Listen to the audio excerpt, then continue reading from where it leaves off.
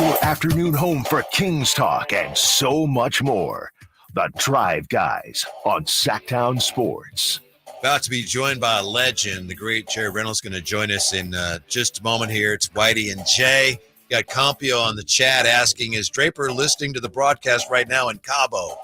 Draper barely listens to the broadcast when he's here. When he's on the chair. Yeah, so I would doubt it, Compio, but we'll find out. He'll be back on Tuesday. Right now, we head up to the beauty of the Tahoe area. Ooh, I'm jealous. Nice enough to join us from his sprawling estate there. Kings icon. Jerry Reynolds, how are you, Coach? Pretty good. Yes, nice. I'm looking around. I don't see sprawling, but, anyway, it could have several different meetings, I guess. Jay was asking me what you do up there, and I know you just kind of like to hang out. You don't go fishing or anything like that, do you? No, fish don't bother me. I don't bother them. That's been my motto. If they jump out and try to attack me, then we'll have a go at it. But basically, I like to walk and then ride bikes. I ride bikes up here, and sometimes kayak a little bit. But nice. Kayak. Now, is that a one-man kayak or is that a two-man? I can't get along with anybody that long, so it has to be one man. You and Mrs. Reynolds don't go out on the two-person? No, that's one of the reasons we've been married 56 years. We don't do that. No. Gotcha. Well, we appreciate your time, Coach. And before we get to it, really wanted to get your thoughts on the great Jerry West. But before we get to that, we just found out a short time ago, no Porzingis for Boston tonight. To what extent do you expect that might kind of level the playing field for the Mavs? Well, I think it does kind of level the playing field. I think that's exactly it. I think without Porzingis, it's going to give the Mavs, obviously, with Kyrie and Luka, their ability to get all the way to the basket, and then plus, get them back maybe in the lob game a little bit. Mm-hmm. That's one thing. As they beat Oklahoma City and Minnesota, we saw a lot of lobs from those guys to Lively and Gafford, and boy, that Lively has been not very lively here late. Yeah, I don't know how you feel, and obviously your opinion matters more than mine, frankly. But as I know, Dallas hasn't played great, but to my eye, it's more Boston keeping them from doing the things they like to do than it is them just not playing well. Well, I think that's that doesn't surprise me. I thought going in, the one thing that Boston has that nobody else has, there are four guys, Derek White and Tatum, Brown, and certainly Drew Holiday. They're all terrific defenders. Mm-hmm. And so when you make them switch, all you're doing is just switching from one really good defender to another really good defender. Mm-hmm. And Luka and Kyrie haven't had to deal with that. Yeah. They could seek somebody out. Mm-hmm. And it's like, well, who you seeking? Yeah. And I think that's really been a real thing there. Those four guys are all outstanding defenders, and really Drew Holiday and I think Tatum is probably the weakest of the four, and he's really good. Legend, do you think, and this is something I believe you told me you were listening to the show, me and Whitey were having this conversation. Let's just say the Celtics go on to win this series and Tatum kind of sits where he's at right now, nothing extravagant. Do you look at him as needing something special to happen in the next couple of games for them to win? Or would you be, and I think I know where you're going, would you be okay with where he sits in the pantheon of history if he just had, a couple of ho-hum average games, but they win a championship? Well, if they win the championship, then he's a champion. But I will say, he needs to, if he wants to be considered kind of the face of the league or one of the top five guys in the league, he's got to play significantly better, I think. Mm-hmm. I agree with Jason Kidd. I think Jaylen Brown's been their best player. Yeah. And actually, I thought that he's been their best player for a while, to be honest with you. Yeah, he's not their best scorer, but best player. I think, Brown kind of is the Celtics version of a Scottie Pippen. He's just a great all-around player that can do about whatever needs to be done. Mm-hmm. Yeah, thank you, Jerry. Yeah, it's interesting. A lot of Boston people, when you say that, they act like, they kind of pat you on the head and go, no, no, no, no, you don't know what you're seeing. But it's pretty clear here, at least in this postseason, who's been the better player. But I want to invite you on, and we very much appreciate your time, as always. Want to invite you on here after we heard the news that we lost Jerry West today. And wasn't he one of your very first favorite basketball players? He was. He and Oscar Robertson, as I was growing up, I'm several years behind them, about 6 years behind them, both of them. And they were my heroes, and I think everybody that grows up, their heroes are usually 4 to 6 years ahead, that sort of thing. And just really, obviously, deservedly so. Truly, Jerry, one of the all-time great players, and of course, I was lucky enough to get to know him well and spend a lot of time with him. And I mean, I always remember my first meeting with Jerry. I was just been on the job about a week in Sacramento, and Frank Hamlin, assistant, I flew down. We were going to meet Bill Burke, one of the assistants for the Lakers, to learn a little bit about their video program. And Bill was a little late, and then Jerry was there, and it just was so nice, and spent time with us. And, it's like I was, about to wet my pants, is like my hero. And I, just try not to embarrass myself, but is Jerry West, treating me very nicely and kindly, and just wow, Jerry West.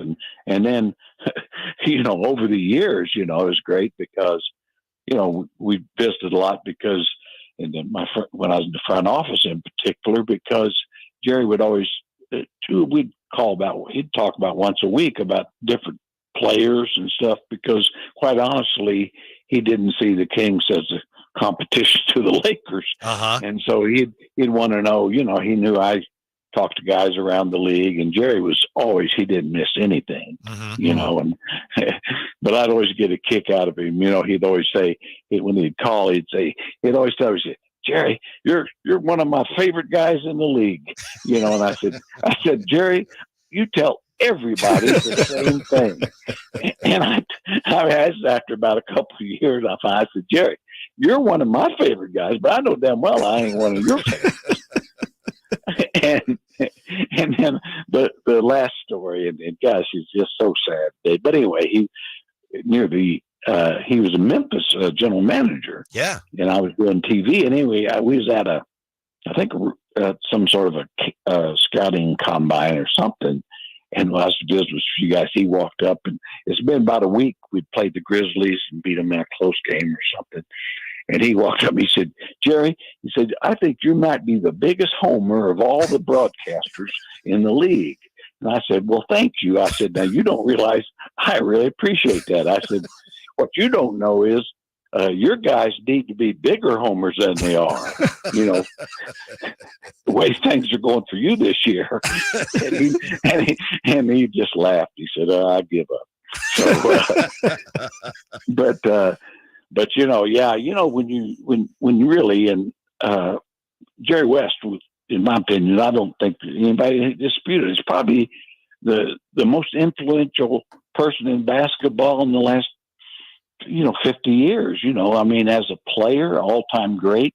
They coached very successfully, all-time executive. I don't think anybody would put anybody ahead of him unless it would be Red Auerbach. And I would dispute that, since West was outstanding in a couple of places. Yeah. And so, just a marvelous career. And, one of those guys that was just driven, maybe to a fault.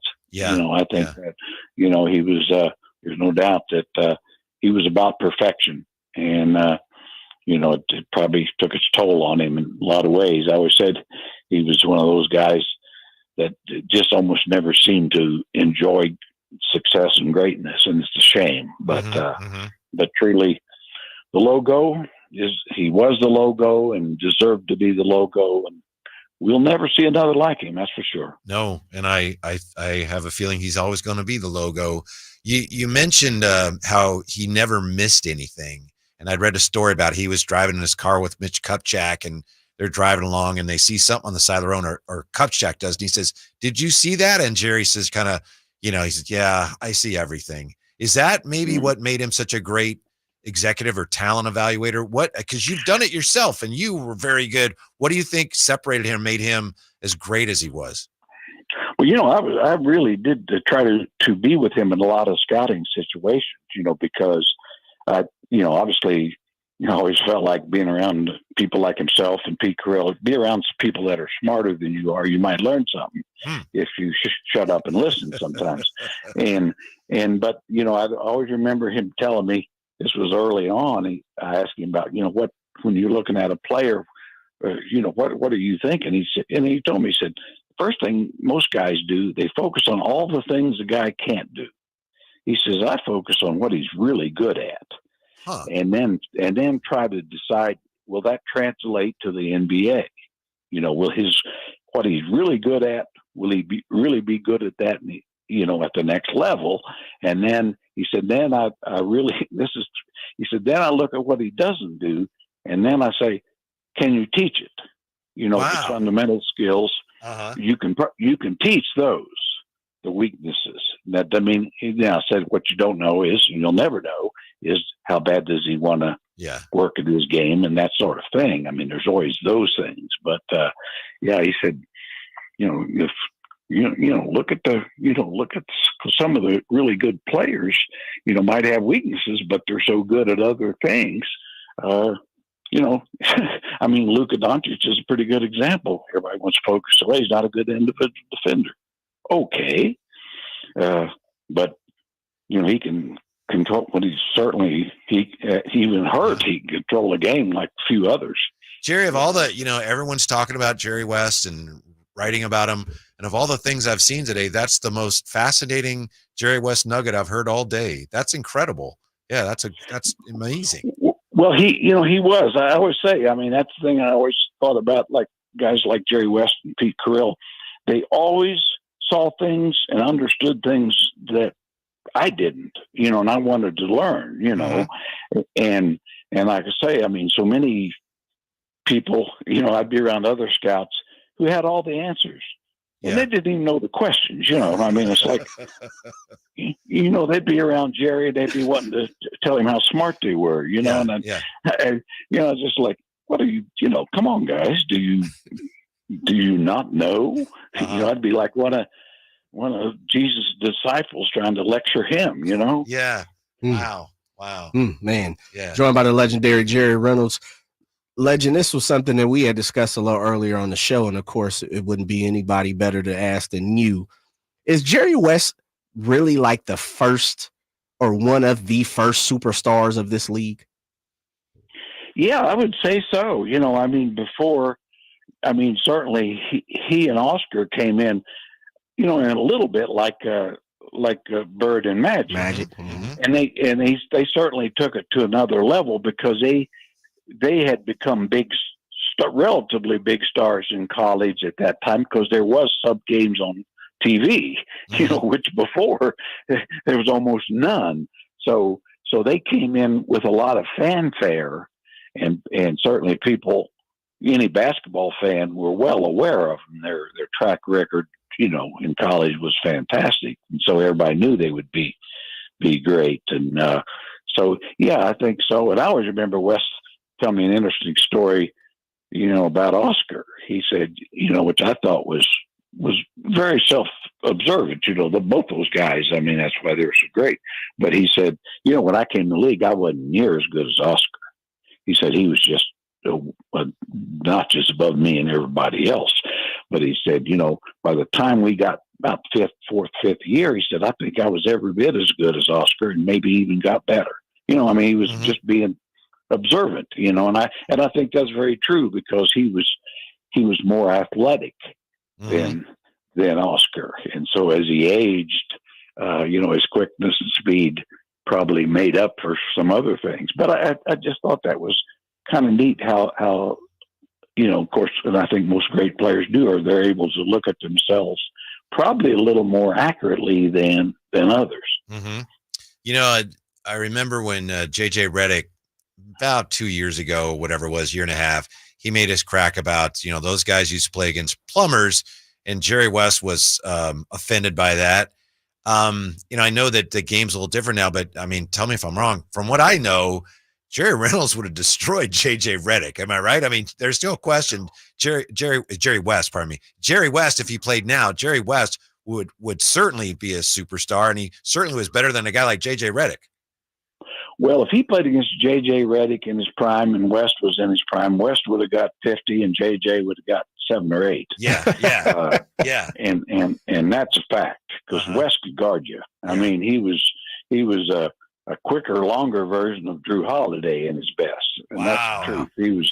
He was an all-time great. I always remember the defensive game when he was, I think it was a 25th win, when the Lakers won 33 straight. Yeah. They were in Atlanta. And it was for the 25th or 6th, and the Hawks were good. They were a 46-win team with Maravich and Lou Hudson. He guarded Maravich, and I've never seen anybody bother Maravich that much.